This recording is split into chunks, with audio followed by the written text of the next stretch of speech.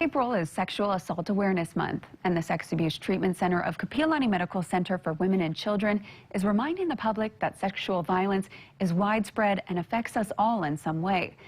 Cindy Shimomi Saito, Executive Director of the Sex Abuse Treatment Center of Kapi'olani Medical Center for Women and Children, joins us this morning with more. Good morning, Cindy. Good morning. All right, well, first let's start with the impacts. Can you tell us about the impacts of sexual assault? Because, of course, there are major impacts both mentally and physically.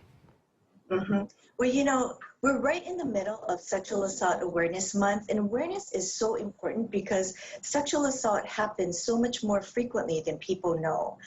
So it's very important for us to partner together to get educated so that we can reduce the incidence of it. Because we know that when it does happen, it can leave behind behavioral changes, so much confusion and emotional pain, and oftentimes trauma symptoms that are both short-term and long-term. Yeah, and I think also it's something that people would like to push aside and think that, it doesn't happen to as many as it does, but the data is really staggering and disturbing. And you guys, of course, do so much for the community. So what exactly do you guys offer, the SATC offer for sexual assault survivors? Well, the Sex Abuse Treatment Center is a program of Kapi'olani Medical Center for Women and Children, and we have comprehensive services for survivors and their families. But it's important to note that we just don't provide services for women and children. We're here to support everybody, regardless of your age, regardless of gender identity. We're here to provide that kind of care. Our services include a 24-hour hotline. We have medical care and crisis intervention around the clock, as well as sexual assault examinations and evidence collection.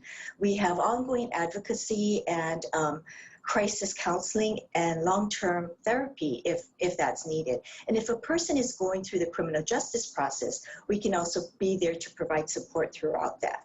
And finally, we have our prevention and education department, which enables us to get out into the community and provide education to everybody out there. Wonderful. And speaking of education, what are some things that parents in the community should be aware of in regards to sexual assault? Like, how can they prevent it, and particularly how it impacts children? Well, I think what's really important to know is that in spite of it being a very concerning issue in the community here and across the country, there's good news. And the good news is that the more you know and the more you're aware of, the greater you are able to reduce risk in this area. It's rarely that stranger jumping out of the bushes or that guy in the big van driving around the neighborhood wanting to snatch up kids.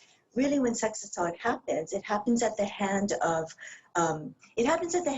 somebody the family and the child knew and trusted. So education and being aware is key. Definitely. And 1 in 4 girls and 1 in 13 boys experience abuse before they turn 18. Now, of course, you guys continue to find ways to educate community through the pandemic to help prevent the sexual violence from occurring. So for those who are hearing this, they want to get involved. Where can the community go to learn prevention strategies? Well, right now, during Sex Assault Awareness Month, we have weekly podcasts that are playing on Spotify, Amazon Music, as well as weekly webinars that we have for the community. And it's a range of topics that's covered, from sexual grooming all the way to what's the impact of sexual assault on someone and how to best care for somebody and provide support. One of the areas that we're really focused in on is online safety because of the increase in the amount of time kids are on their devices because of COVID and distance learning. The numbers are really high. Nationally, it's as high as 1 in 5 kids are sexually exploited, or there's online sexual solicitation. It's that high, 1 in 5. So it's really important to start the conversation with your child, with your kids. We have a brochure that is full of tips and guidelines on how to start that conversation, how to create that emotionally safe environment, non-judgmental, that is so important when you're addressing, tough topics like this. So we encourage you to call us.